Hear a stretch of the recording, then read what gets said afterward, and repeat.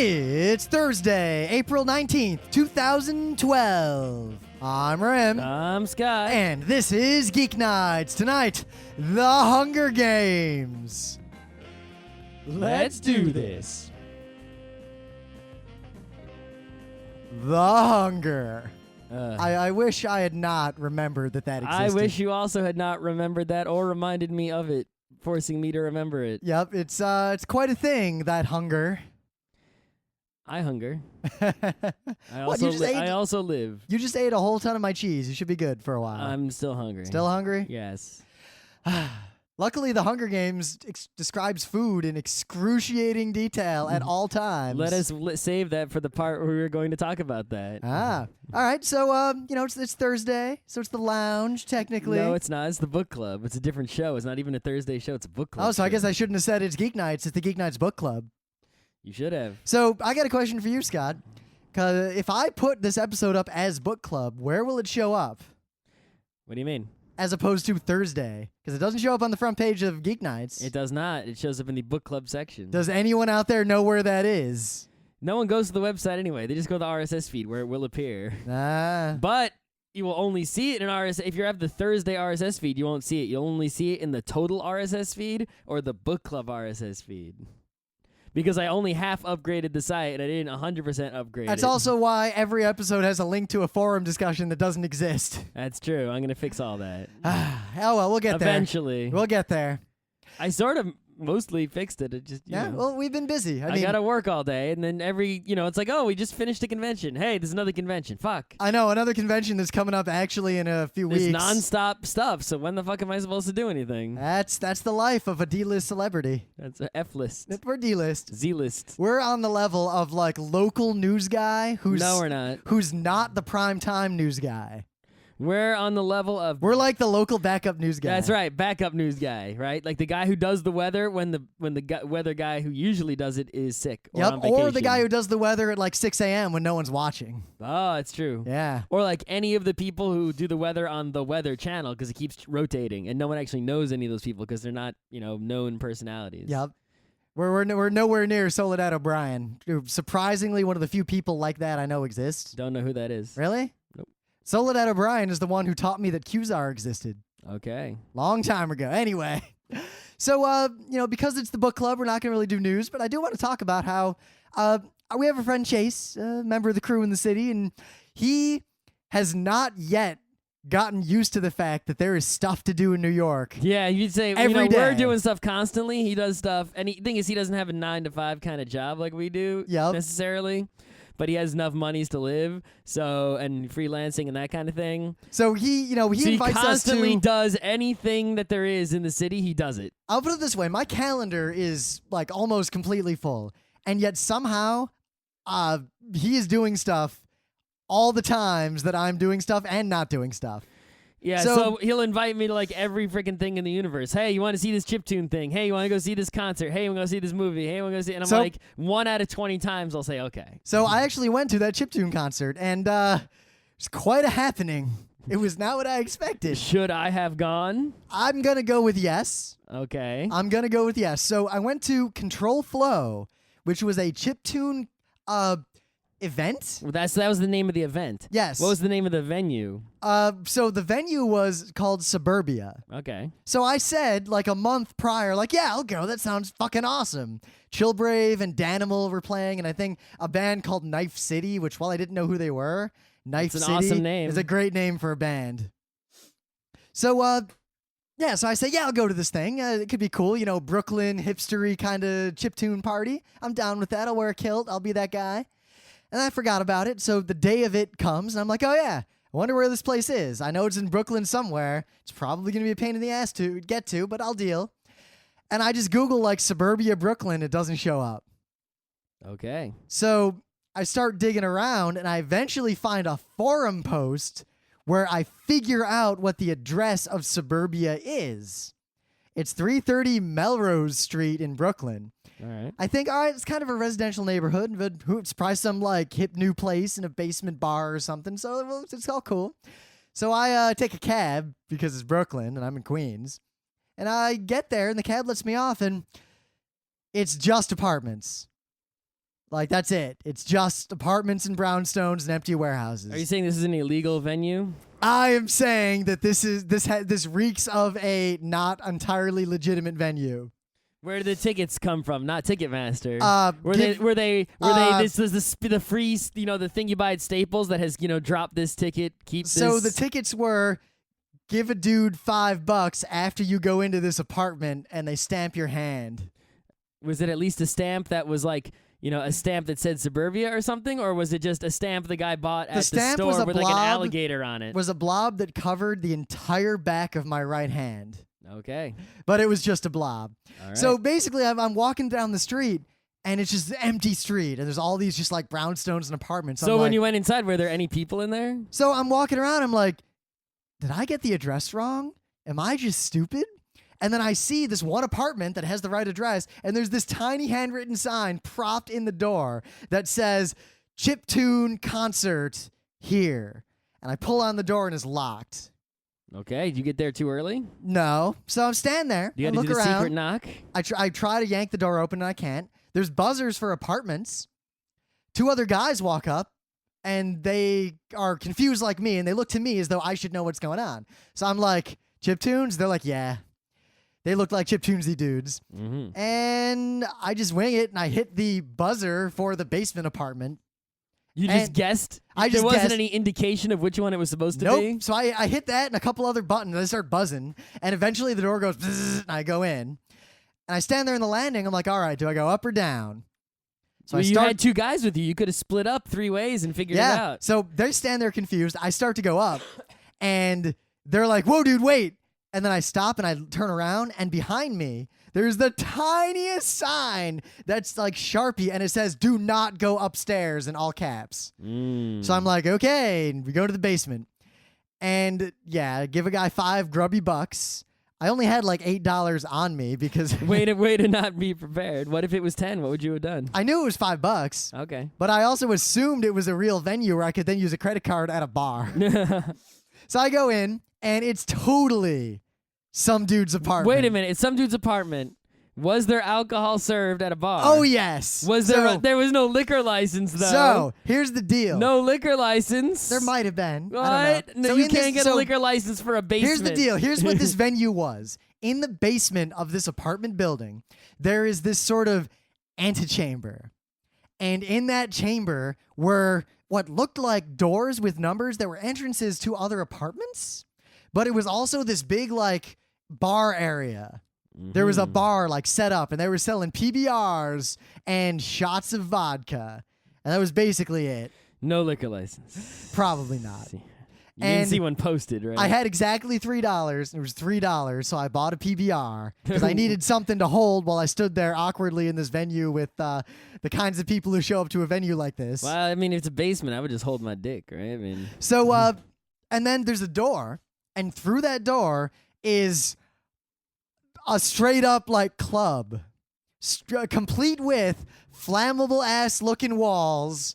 These spotlights that look like they're going to start a fire. but it was actually, how big was it? Gigantic. There were like 200 plus people in there. So it was actually, there's a whole club in there somehow. Yeah. Okay. This is the kind of venue where the concert's going full swing. I look around, I count. There are over 200 people crammed in. I look at Chase, I'm like, this is going to be on the news as a whole bunch of hipsters die in a fire when that light gets knocked over. That's all right. There's a projector pointed at a sheet hanging from the wall. And there's a couple more apartments, it looks like, just attached to the venue, like in there. How awesome would that be? You walk out of your apartment and you're in a club. My best guess is that a whole bunch of dudes who were chill with this and chill with each other got apartments like all together in the basement of this building and just made a venue in the common space. That was gigantic. And the people upstairs don't mind as long as you don't go up there. I guess, or they live there. Now, I knew it was shady when I walk out to get some air because couldn't breathe down there by the end of this. No kidding. So I go up after like 3 of the bands play, and I walk outside, and we're all kind of chilling outside, like really quietly, just like getting some air. And the guy who I guess owns the place keeps coming out saying, "You can't hang out in front of the building. You got to walk down the street. Don't stand in front of the building." Yeah. Yep. Smart guy. Yep. Smart guy. And it was pretty rocking. I mean, if you like chip tunes, it was a pretty happening, dancing thing. There was some crazy moshing, some crazy stage diving. Well, crowd surfing. We should pseudo-stage wait for them diving. to host something shitty there that we don't like, and then call the cops like 311 just to see what happens. I imagine Benny Hill music starts playing right about then. And then video it for YouTube, and then we could video all the hipsters like pouring out like a spigot, like woo. But I had one of those moments. And then we could put Benny Hill on top of it on our YouTube vid. So I'm standing there talking to this girl who has like 8-bit style wings tattooed on her back. Okay. And she's drinking a PBR. We're talking about chip tunes and packs because I'm wearing my pack shirt. And I was wearing a kilt and I was drinking a PBR, and I realized that I was, in fact, not ironically, one of those people that the rest of the world makes fun of as hipsters. That's all right. And it was pretty awesome, actually, considering the fact that I could have died. The only problem really was that the stench of You're more BO, afraid of dying down there than you are like skiing, which is much more dangerous. Yeah, I was more afraid of dying down there because at one point the crowd surfers kicked the lights. I was worried that shit was gonna fall. But so at one point, I suddenly smell weed. Which, at a concert, you expect. Well, you know, I assumed it already smelled like weed the whole time. It didn't the fact that it only smelled like weed once and later on is surprising. No, what was surprising, and again, I turn and we all look at each other like, really? Is that it didn't smell like that skunky kind of like awful weed that you smell at metal shows. Someone had some high quality weed? It smelled high quality. Ah. So, it's alternating waves of weed smell and BO. All right. And no alcohol smell, though. no. So I turn around at one point, because usually when you smell weed at a venue, you don't see it. You just smell it. It's like this mist is just there somewhere. No, there's just like this ring of people passing it around, like totally openly. Yeah, that's okay. Yeah. It was fun. It was an experience. I would go back to an event at this venue. Okay, that's all you. It was $5. It's about what it's worth. It was fun. You should have gone just to experience it. I have better things to do. Yeah, I think you would have had fun. I got better things to do. You could have listened to Knife City. How good were the chiptunes? It was the kind of chiptunes you get at MagFest. You know, a bunch of guys sort of ad-libbing on retro synth kind of music. All right. Very ambient and very... I don't understand people who listen to music like that on its own more than once. This is the kind of music that you have to listen to live at a venue or it really doesn't do anything, at least for me. Right. So yeah, it was an experience I thought I'd share. Okay. Do you want to do things of the day?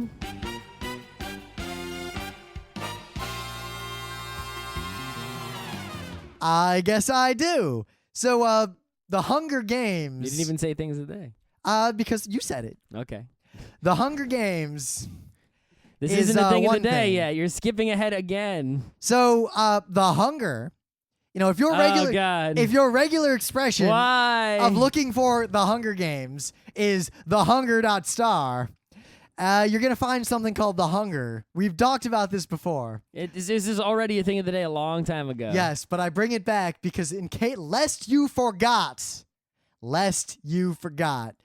I just want to say one thing. You should remain forgot. I will say one thing and I will let this be. Remain forgot for your own goodness. And I'll go to my real thing of the day. But this thing is not ironic, not a joke. The individual responsible for making it was totally super serial in the making of it. I will just say that. It is what it is. I will let it be what it is. So my real thing of the day is the German Sailor Moon thing is badass, and some cool individual decided to sing. I was the one who found this. Yeah, to sing that song translated back into English. So this is a fan translation of the German re-rendition of the Japanese Sailor Moon theme. It's pretty great. It is pretty great. So check this out. This is old, and anyone who actually knows about this is like, oh man, this is so old. But you know what? It's also so great, and like 90% of people don't know it. And it got passed around the internet, and so I noticed it, even though I didn't know about it before. So what this is the conclusion of a MotoGP race. If you don't know, MotoGP is basically F1 of motorcycles, right? The ones that lean like 89 degrees around where the they're corner. exactly right. It's supercar, Good whatever stuff. it is, right? So this is the race in Catalunya from 2009, the conclusion of that race, and basically what the situation is: Valentino Rossi, who's probably the best MotoGP person there ever was, and Jorge Lorenzo, his rival, have pretty much separated from everyone else, and it's so close to the end of the race, one of them is going to win. So it's just the two of them right next to each other, and there's like a handful of laps left. And oh man, shit gets off the hook in this video. Someone posted it on YouTube and it got taken down. Someone else posted it and you can still watch it, but this has the Italian commentators, which is actually kind of better, I say. So yeah, you should. You don't even need to understand anything about MotoGP. All you need to know is that it's a race, and the guy in front is the winner. And I think Rossi is the guy who is more yellowish in his color, and the other guy is Lorenzo. And their race is almost over, and it's awesome. When the race is over, time to discover dreams and places. Okay. Yeah. So, the Hunger Games. Oh, shit. So first I want to before we talk about the specifics of this book, I want to talk about some general associated things. All right. So specifically, some guy wrote an article. I forget what newspaper it was. It doesn't matter anymore. And he was basically all angry that He basically said that he cries inside whenever he sees like a grown man reading Hunger Games or Twilight or Harry Potter or anything like that, because he's like, those are kids' books. You should be reading adult books, right? And I want to say that's bullshit. A lot of, If a book is good and you know how to read it and you understand it, why not read it? Well, here are two easy I'd be counterexamples. reading I Want My Hat Back. I was going to say, I Want My Hat Back and The Little Prince. Of course. But at the same time, I agree with him slightly in a different way. And that is, right, it's obvious that any book that is targeted at a lower level of reading ability is going to be more popular because there is a larger potential audience of readers, right? If you write I Want My Hat Back, well, anyone who's even barely literate can read that. So the potential number of people who could read that book is much, much bigger than, how many people are capable of reading, I don't know, what's really hard to read? Dostoevsky or something, right? Crime and Punishment. Yeah, so a much smaller number of people are capable of reading that book and understanding it, and right? So therefore, that book is going to be less popular no matter what. But obviously, I have no evidence, but I have a feeling, right? And you can just look around you and sort of agree with it, looking at what people read on the subway, that we're getting dumber because, no. old people. Scott, I just point out that pulp novels were the majority reading book forever. It's true. I mean, look at the drivel that people read 100 years ago and 200 years ago. That's true, but some of that drivel that was drivel Became in classic. its day is now no longer considered drivel, right? Yeah. 100 years from now, Hunger Games won't be like a young adult novel. That'll be like we'll look at that the way you looked at War and Peace. Well, maybe. I mean, Dumas stuff was, drivel for its time. Oh, pulp it was nonsense. super drivel. But nowadays, he's considered a classic. It is. How many other authors were published in the same anthologies and newspapers that no one gives a shit remembers? about, right? Yeah, the best of those survive. I'm just saying, I kind of wish, it seems lately there has been a long spurt of very popular novels that are mostly of the young adult, lower reading level variety. I would like to see something become as popular as Hunger Games, Harry Potter, etc., Twilight. That is a difficult adult book, like at least as difficult as Prince of Nothing. I don't think it's possible because of just the intelligence and commitment spectrum of humans in our current Game stage. of Thrones is a little more intelligent. Have you read any of it? No, but I'm assuming. I mean, it is less of a kid's book. Scott, I'll put it this way: it is more complicated, but the way it is written, it's about the difficulty of reading it and the level of the vocabulary used. I don't think it's substantially more and the complexity difficult. of the sentence structures and those sorts of things. Sentence structures did not impress me. I'm not saying they impress me. I'm saying is it makes it more difficult to read, as in a less literate person is it just a matter of more difficult to read? For example, look at Hemingway. Those are very simple sentences. They are indeed. And yet those are brilliant books. They are indeed. In my estimation. Fuck Some you of if them. you disagree with me. Some of them. Which one isn't? I don't know. There's just a lot. So I just want to. I've only read like 3 Hemingways, so I'm not gonna go out and be like, I'm just say that all of them are great. I'm pointing it out because the thing I've run into often, this is totally an aside before we get into the book, is people, like when the God Delusion was making the rounds, right? Yep. It would come up in conversation, and most kind of normal, don't really think about that sort of thing people I would talk to would say, yeah, I thought it was a great book. I agree with most of it, but I don't agree with everything you said. But then I would ask them, what's one thing you disagreed with? And they couldn't answer because they either hadn't actually read the book or they didn't read it thoroughly and didn't want to commit to an opinion. Mm-hmm. I'm just not committing because I've read 3 Hemingways. They were all fine. Yeah. But I'm not going to go out and say that all of them are great when I haven't read them all. Nah, I've read a good portion of Hemingway. But anyway, this is neither here nor there. So, in terms of the Hunger Games, the reason I chose this book was very simple. It's way popular.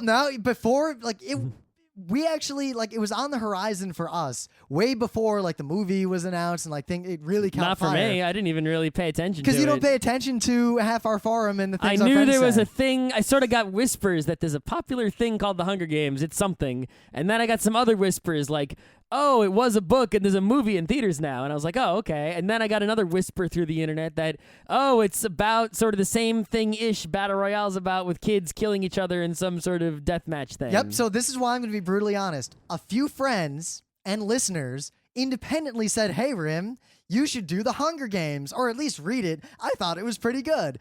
And my skepticism meter was already pretty high. I mean, it was at the level of... I did not have a meter because it was just sort of, oh, there's a thing, okay. Yeah, well, I have a high skepticism meter of anything that's recommended to me unless it comes from very specific channels.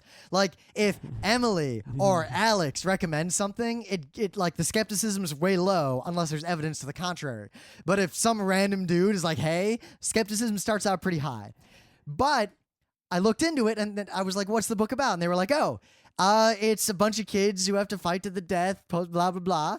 And I immediately tripled my skepticism because none of those people had seen or knew anything about Battle Royale. And that short description, right, that summary really sounds like Battle Royale. So I immediately thought, oh, this is probably a situation of people who haven't seen X, so they find Y, which is inferior, and because they don't know about X and Y is a simulacrum of it, they think it's great. And they think it's a new and original thing. It's one of those safe assumptions, right? And we see that so often as nerds, right? Where something comes out and people are crazy about it, and you're like, I've seen that before. It was called Avalon. It was called Herzog's Way. I've seen that. It was called 1984. I've seen that. It was called, and that happens every day in nerdery, right? So it's, whether it's a correct assumption or not, it is a safe assumption when you hear a short description of something and it sounds like something old. 9 times out of 10, it is indeed a recopying or a redoing of that old thing that you know about because you're a nerd. And it's just those people don't know about the old thing, so they're totally fooled and they think it's original and awesome. So I was very skeptical. Almost on the level of my initial skepticism when a dude was like, yo, man, the new My Little Pony is really great and you should watch it. I was like, what? Yeah. Really? And I just gotten into some arguments with some friends recently about taste and quality of works and this sort of thing. So I was like, you know what? Fuck it. I'm taking that book. I'm going to read it. It's probably going to be shit. And then I can just say, I told you shit. Oh, you went in with a low expectation. I went in thinking, you know what? I'm going to destroy this book. I went in with no expectation, and the only thing that I had in my mind that was a preconceived notion was the question of how much Battle Royale ripoff is this ? Other than that, I had no other things in my brain about it when I started reading it. So very quickly I realized that the answer is it's not at all. They are related to each other in the same way that bat and bird wings are related to each other. Right. Well, I mean, I believe the author, having, I haven't read Battle Royale, but I've seen Battle Royale and I've read the Hunger Games, and I'll soon get the other two, so I'll have the quadfecta, right? I'll read Battle Royale and I'll watch Hunger Games. But I believe the author when she said that she had not even heard of Battle Royale and that she didn't read it when her editor, whoever, told her not to, right? So I believe her, but there are some similarities that it's like, clearly, it just happens. They're ideas that people get, and the same ideas spread around. There are multiple people on Earth who have independently derived calculus. Yeah, but I guess right? my point it's is the same kind of. It's the same thing. It's not a ripoff of Battle Royale at all. No. In fact, if anything, the way I saw she said something to the effect of she was watching like some news reports and flipping channels and also seeing parts of a documentary, but it was kind of like a reality show. And between the two, it kind of gave her the idea. Like, imagine if you were watching Schwarzenegger Running Man and RoboCop and the news in Iraq all at the same time. Yeah. Like, I could see where that would ferment the idea. But right away, this is much more, in my opinion, like 1984 than it is like Battle Royale, other than the surface of a bunch of people have to fight to the death in an arena, which is actually a very common, I mean, the Running Man, Arnold Schwarzenegger. Mad Max. Yeah. But I think what it has in common is, okay, the fighting to death in the arena, right? But it's the fact that it's children fighting to death in an arena, which is a specific detail that's in common with Battle Royale. Also, the fact that why are they fighting in the arena, right? In Running Man, Arnold Schwarzenegger Running Man, they're fighting into death in the arena for entertainment and as a game show. No, but it's more than that. It's the Running Man is fighting for entertainment to distract, like it's very specifically to distract the masses from the fact that they live in a shitty world run by a dictatorship. Of course. Same thing with Smash TV, right? Yep. But in Battle Royale and in the Hunger Games, the reason the children fight to the death is to basically teach everyone a lesson. It's like, we own you, right? But at the same time, it's entertainment, right? It's the dual purpose. It's the 1984 and the Brave New World at the same time. Now, it's this like, is why I look like... at that, and that's in common between both Battle Royale and Hunger Games. It's Now, like, I look, have to read... we're going to scare the fuck out of you because you could be the next one to have to fight in these horrible games. But at the same time, watch these horrible games and be entertained. It's circuses. But I guess... I haven't read Battle Royale, but I've seen the movie. Same here. And I've read Hunger Games, but Hunger Games, at least, the world that was set up around the games makes a lot more sense in terms of why the games would be the way they are than the contrived world that was set up to make Battle Royale happen as it was portrayed in the movie. Yes, I have in a the feeling... the movie was basically, kids fight, go. Yeah, but in the movie, you definitely know that the world is like that. They just don't show the world that much. I have a feeling, I don't know if it's true or not, because the book is so big. Right? Hunger Games is a tiny book. You can read it so fast. 2 hours. I read it like on my flight to India. I read it so fast, like a couple days. In fact, I read all 3 of them, but I know Rim told me where the first one ends, so I won't talk about 2 and 3. Yep, I'm going to read the rest, but I've been Battle busy. Royale is such a large book. I imagine in order to fill all of that text, they have to talk about the world more. Or I can't imagine that they don't. It could be like that awful Battle Royale manga, and just show the Battle Royale manga is not awful. How far did you read into it? 2 volumes. Yeah, it is awful. It's not as bad as like Trigun manga. It's Scott, not awful. It's just, it's a manga. No, I don't think it is awful. Anyway. It is awful, and we need a don't Hunger like Games it. manga so we can match them up. Someone get on that. This is a Twilight manga. There's gonna be a comic. You know there will. What's the first thing you do with a successful franchise? Should I buy it? You make some shitty comic. Should I buy it? No, it'll be terrible. Anyway. Remember the Firefly comic? That thing was awful. I didn't read it. Yeah, but it was awful. Okay. Relative to Firefly, it was awful. It was a mediocre, generico comic. All right, so let's actually talk about Hunger Games. But I guess the whole, again, one last thing, book club. We assume you've read the book. We're going to talk about it like you've read it and we've read it. So 1, spoilers, duh. But 2, we're not going to explain the plot because if you haven't read the book, why are you listening to this? Read the book. The point of the book club is that we come to the table with a shared understanding, a shared experience that we then discuss. So we do not need a plot summary because you've read it. Yes. Okay. So if you're confused as to who as a Katniss plot is, summary, the book's... So Okay. really, the details of the way the world was set up. You want to do the 1, 2, 3 at the same time? Say your opinion of the book. All right. So Ready? it'll be 1, 2, go.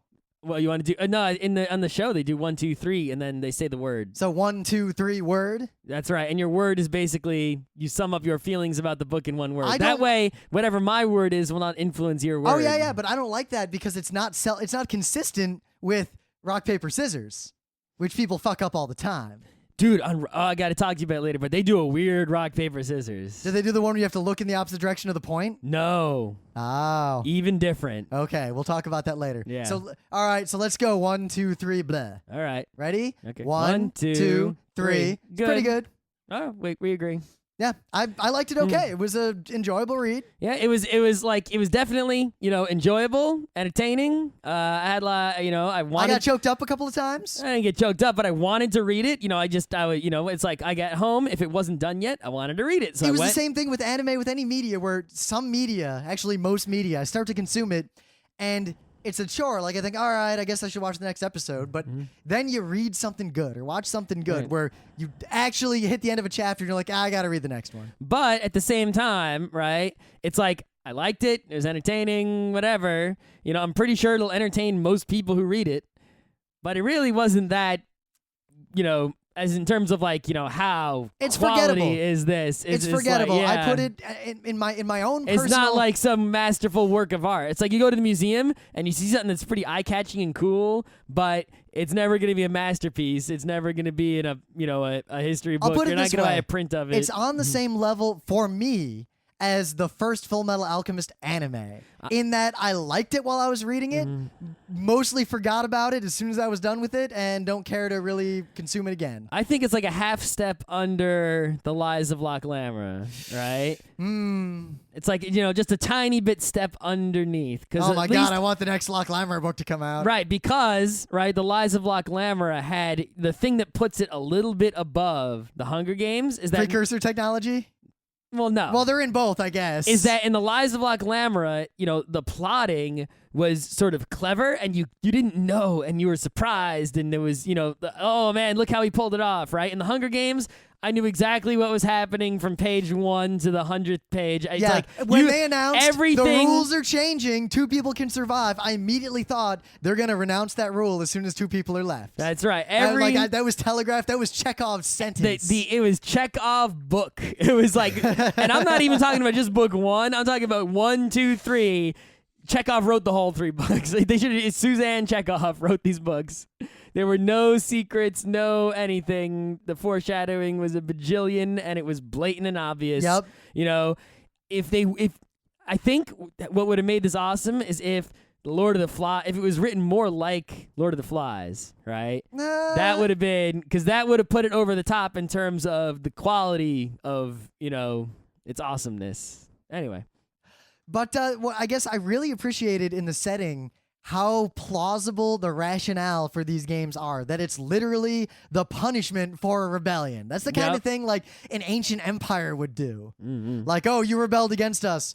Every year for the rest of time, the first child born in the year of May will be murdered, something like that. I did enjoy there were a lot of things in there that were very realistic-ish, right? For example, obviously I don't know what goes on in a teenage girl's mind for real. That sounded a lot like what goes on in the mind of what I expect a teenage girls. But reading it, if someone told me, yeah, that's exactly how teenage girls think, I believe it. And people who have been or are teenage girls told me that is in fact the case. And so I believe it. Also, consider how they portrayed the people from the Capitol, right? It's like, okay, the Capitol is the evil place, but it's a lot like the United States. Like, not everyone who lives there is evil. They just live in the good place. That's how they. Yep. That's but how also, they do. I really like the way the people in the Capitol were portrayed with their kind of over the top makeup, and it really reminded me of the Running Man kind of world, especially with Caesar. Yeah, the I actually want to see the movie because the only images I've seen from the movie are Katniss with bow and arrow in the woods kind of pictures, right? I want to see what the Capitol looks like in the movie because I always love looking at futuristic. I want to see stuff. that fire. Is it going to be dark and Blade Runner-y? Because I don't imagine it that way. I imagine it'd be bright and shiny, more like a Wizard of Oz kind of. I want to see the train into the Capitol. I want to see the fire dress. Oh yeah, I want to see all that kind of stuff. Right? That, and I really want to see Caesar because that announcer reminded me so much of the Running Man announcer. Oh yeah. Just I like that style of dude because I like how he's kind of a good guy too. Like he does his best. He really wants to help these kids out, but yet he's part of this horrible system. But he's just doing what he do. Yeah. But he's genuinely pretty funny, actually, when you actually get what he's saying. Though half the time you're stuck in Katniss's head with her whining about boys while he's talking.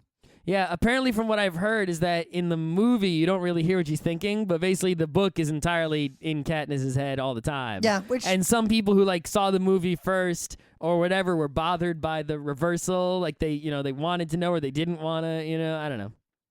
Oh well, I've heard that it's at least obvious what she's thinking if you watch the movie.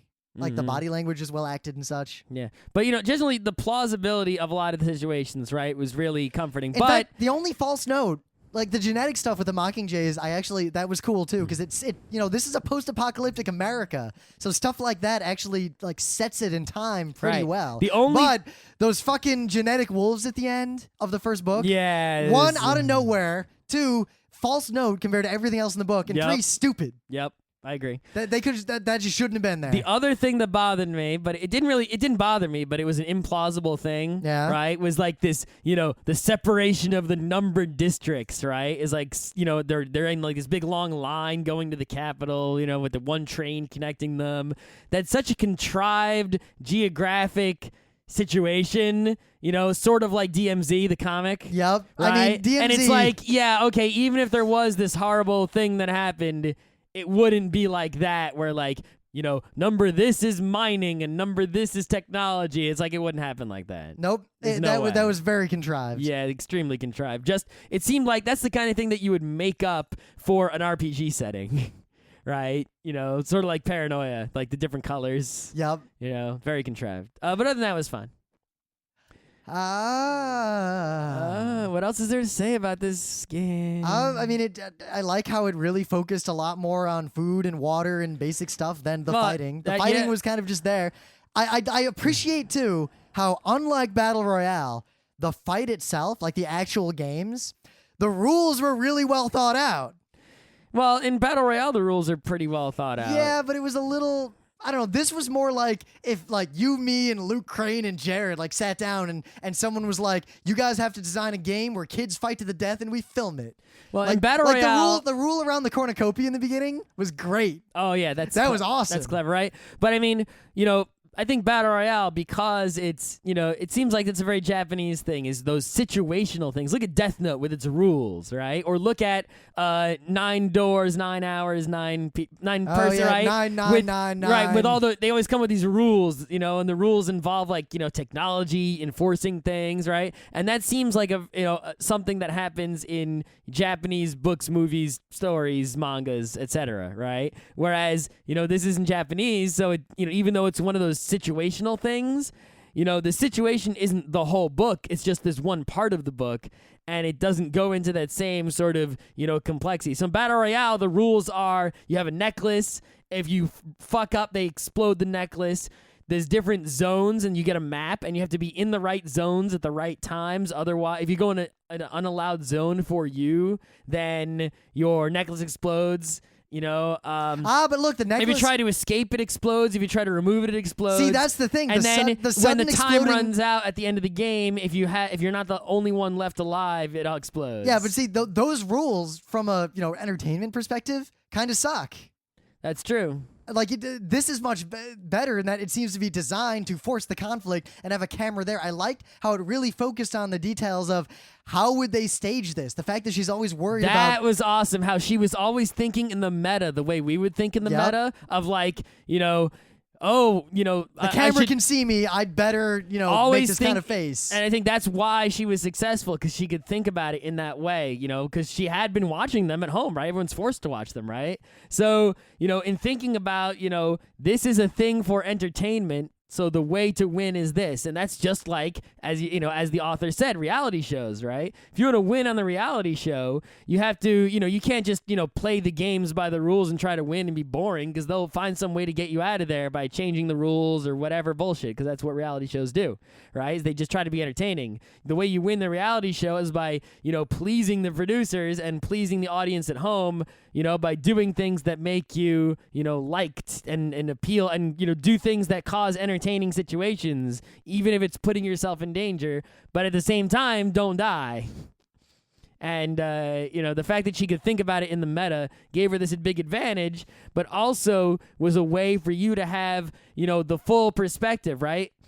Instead of, they could have done something where, like, they cut between her in the game and people watching at home, but they didn't have to do that because her meta thinking was what the people at home and also the producers are thinking. So you got every perspective. Which is probably why in the movie, from what I can tell, they do cut a lot more to the people at home watching. Right, because this way in the book, because you know what she's thinking and she's thinking from every angle, you get the full perspective on the games, even though it's entirely from the point of view of one person. Whereas in the movie, if they don't, do voiceover or something with her thoughts, you would need to cut away to get the other perspectives on the game. Otherwise, you would just have sort of like this, FPS Half-Life kind of view of Gordon Freeman trying to survive, and that's it. But I like how this sets up a really nice contrast between, the Katniss perceived by the people and what she's really thinking. Because she is a much more normal, like, she's just a teenage girl, but yet she, she has this very different persona as far as people see her. Yep.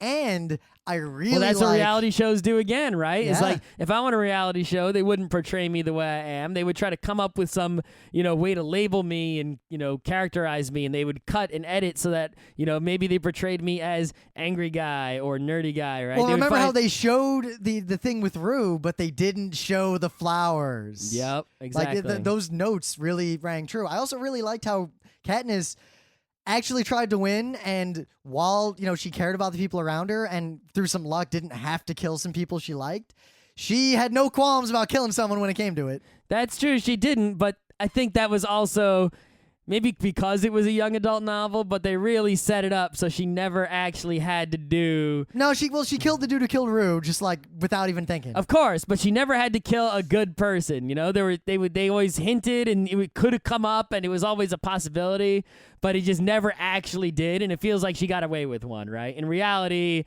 if this actually went down, it's probably, you wouldn't get off so easy that way. You'd probably have to kill or be killed by people that you liked and were good people. Of course. But it's just the way things played out, good people never had to kill the good people. Of course.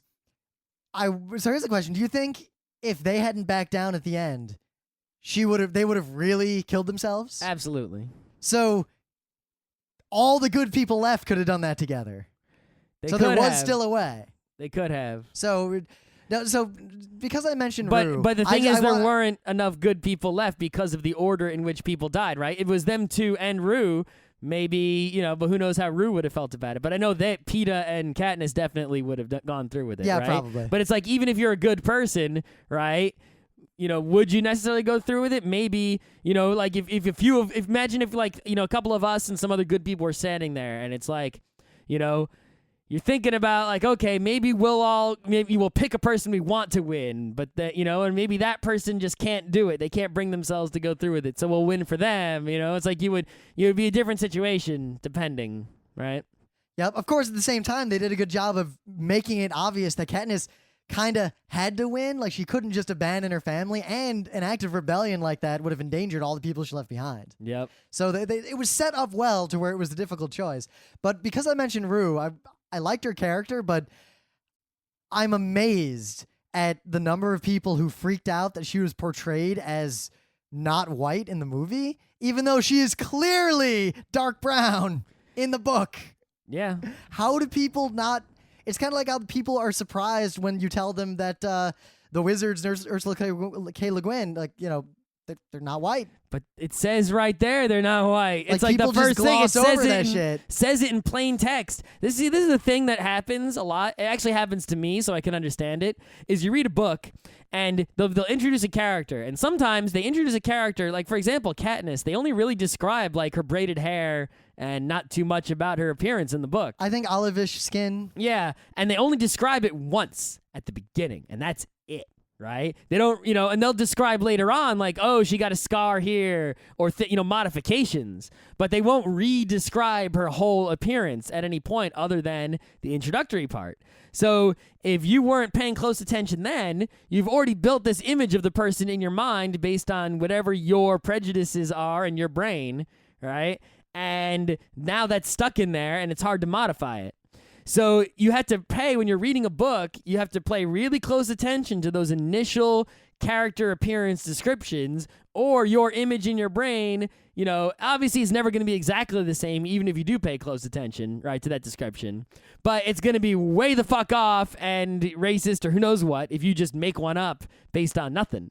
Because you didn't read the words carefully, right? Now, that's fine unless you freak out on the internet when the movie course, doesn't right? look like movie doesn't look the way you expected. So if that happened to me, right, and I perhaps, it's only 2 words. Anyone could, when you're reading quickly, dark skin, you can miss that. But I guess shouldn't the reaction have been, oh, I guess she was black instead of you what can, the fuck? You can legitimately miss that. And if you do legitimately miss it, then don't freak out on the internet. Go look at the book again, and if you see that you were wrong, be like, oh.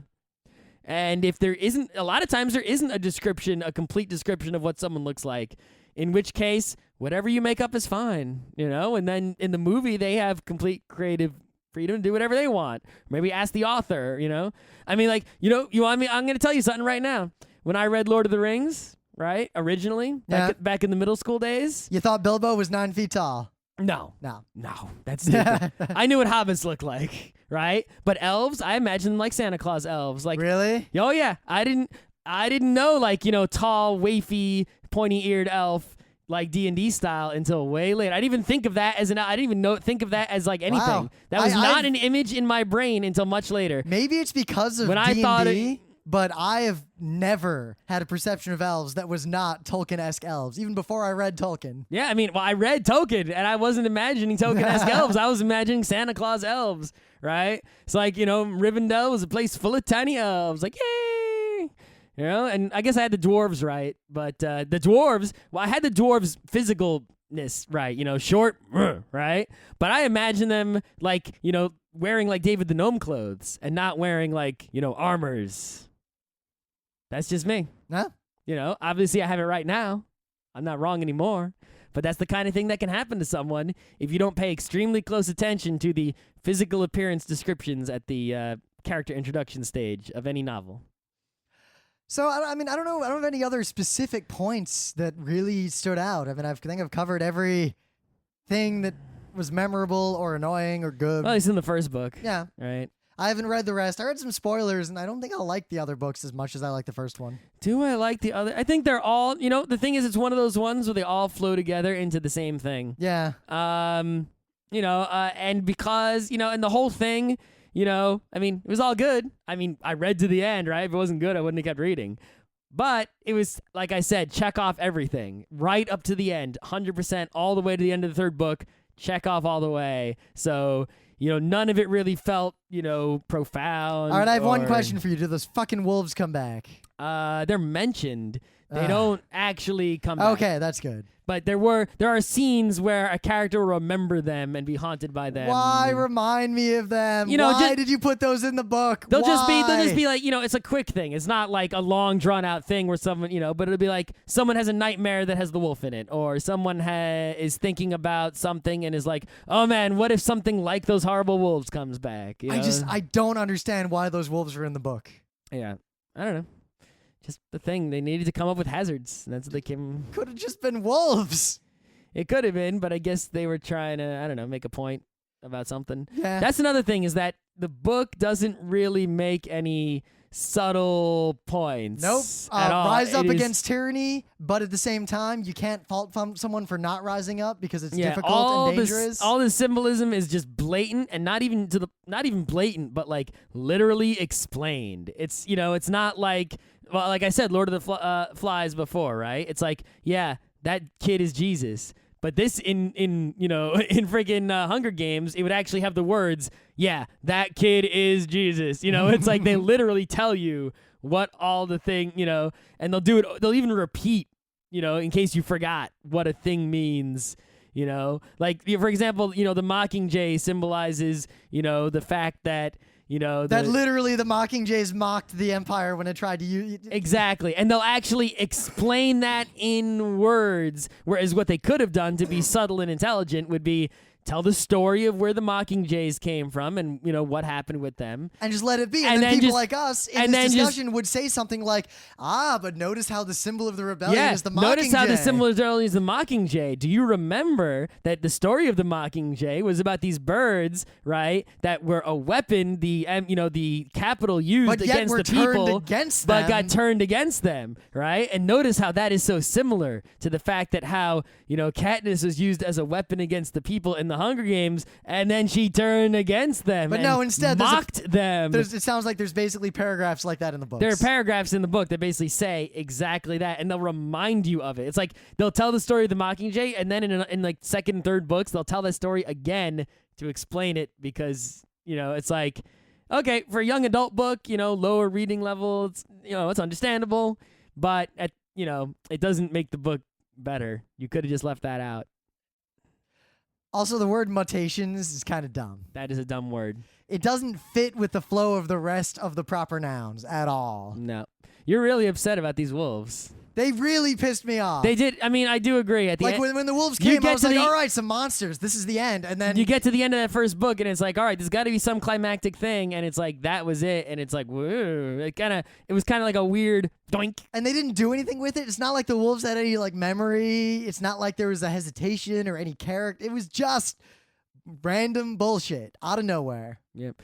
Also, the fact that it was, the blatant trilogy, right? It's like, I like it better when someone writes a first book and there's no assumption that there's going to be more books, so that book is like contained and completed, I suppose if you go into it knowing it's going to be a trilogy or a quadrilogy or whatever, right? It's like, okay, you found good breaking points to split it up, but I almost sort of feel like, why not just make one big-ass book? Because then we would not yet have even heard of the Prince of Nothing. Hey, we could have had one big-ass book of the first three. That would have come out not that long ago. That's fine. And then we would have said, what the fuck, where's the rest? And then still waiting. Well, he would have made it a complete, right? Yeah. I like it better when people write complete thingies that stand alone, and then also go together, right? When things are only going together, you start heading into superhero comic territory. Nah, it depends. There's a fine line. There is. It's not exactly the same, but I'm saying heads in that direction. Is there anything else to say? I'm amazed at I guess I can see why it's so popular in retrospect. Oh, yeah. But I'm surprised how quickly this caught. Like, the fire of this book spread, catching fire at much in the same pattern that Twilight did. But I'm glad, because Twilight is pretty shit compared to this. That's true. So I'm glad this is the new popular thing. And it doesn't take long to read. So even if, you're highbrow, you could read this it's not as quick as, Little Prince, but you could read this in like a day or two after work, and that'll be it. And then if you want, you could read the other two. I'm going to be honest, I pirated books 2 and 3. You know why? Nah. Because they were hardcover only, and I don't buy hardcover. I do so in terms of like the books themselves, like the selling and the reading and everything in the movie, and Emily and I talk about this a lot, it seems like young adult books like this that can be interpreted kind of loosely, like books that aren't that great but have a good core, where you can really like fudge and add details when you adapt them to movies, tend to make really good movies compared to literal did you see remakes the movie? Of books. I haven't seen the movie yet. I haven't either, so this is what I am guessing I'm going to feel like when I see this, because I've seen it happen with other similar works, and with this in particular, from the scenes I've seen from trailers, I think I will enjoy the movie more than I enjoyed the book. You know what I think? Because the writing of the book, while it was serviceable, much like Loch Lamora was serviceable, it was no Hawthorne. You know what I think it is? You know what I think makes these things popular and also makes Harry Potter popular and Twilight and all these sorts of things, right? I think it's mostly world building, right? Well, look at the Nerds. wiki. I went to Wikipedia to remember who wrote this, and here's this whole article on every individual. The Hunger Games universe has its own page on Wikipedia. Yep. And it's gigantic. I think that, it's like nerds love that world building. That is the bit, right? Flora unique to Panem. Forgotten Nightlock, Realms. And unnamed tracker jacker venom absorbing plant. But which itself has 2 paragraphs. That's right. But I think actually world building has a mass appeal and not just a nerd appeal. We've said this a lot. There is a huge mass appeal for crazy science fiction and world building, and yet it seems like the majority of the people who are involved in the media production world are scared to death of both of those. Yep. But then once they get a successful world, then they go apeshit all in there and try to cram as much as they can. I know. And at the same time, here the fans come in because they can come in with their fan fictions and their fan arts and their fans. So, what's the next book? What is the next book? Have you decided yet? We can wait. I waited before I announced mine. I was debating and such, right? I actually recently read Ready Player One. I'm not making that the book. Okay, good. Because I want to read it, but not now. Yeah, I'm just going to sum that up for you. It's the Woo Game, the book. It's a combination of Damon, which we did a book club book on, I think, right? No, we didn't. I thought we did. We talked about it. You did a Geek Bite, I think. Anyway, it's a combination of that book and the Woo Game. That's Ready Player One. I think... let's just do this book. So, it's one of those popular things, right? Everyone's always talking about the Haruki Murakami person, right? And it's like all I see everywhere is people reading these books. And it's sort of like, the crazy popular book that hasn't had the movie yet, or at least not that I know of. So I'm not the person's written so many books. I'm not sure which one is like the starting one, but it seems like the most popular one is the 1Q84. So I think we should read it just to see what the deal is. All right. So let's read that. All right, I'm game.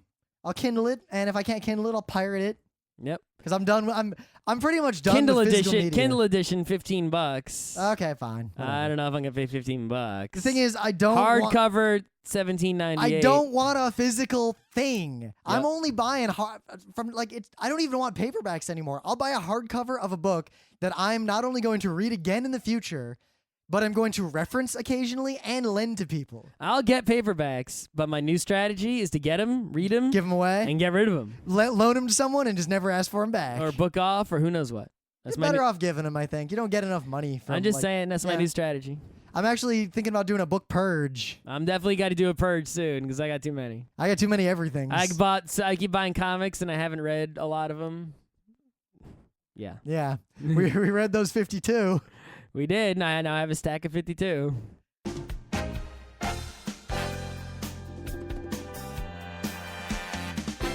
This has been Geek Nights with Rim and Scott. Special thanks to DJ Pretzel for the opening music, Kat Lee for web design, and Brando K for the logos. Be sure to visit our website at frontrowcrew.com for show notes, discussion, news, and more. Remember, Geek Nights is not 1, but 4 different shows. Sci-Tech Mondays, Gaming Tuesdays, Anime Comic Wednesdays, and Indiscriminate Thursdays. Geek Nights is distributed under a Creative Commons Attribution 3.0 license.